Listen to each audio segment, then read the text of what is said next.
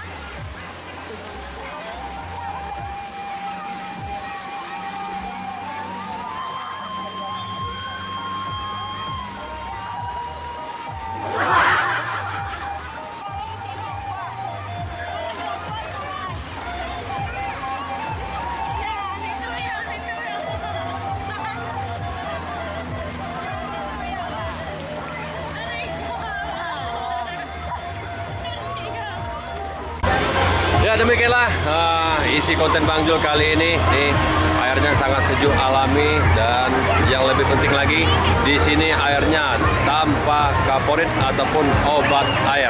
Buat Anda yang berkunjung ke Sumatera Barat, jangan lupa mampir ke sini. Buat yang melewati jalur Bukit Tinggi Kota Padang, tempat pemain ini ada di pinggir jalan.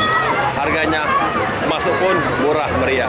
Oke, jangan lupa like, comment, and subscribe channel YouTube Bang Joel 69. Assalamualaikum warahmatullahi wabarakatuh.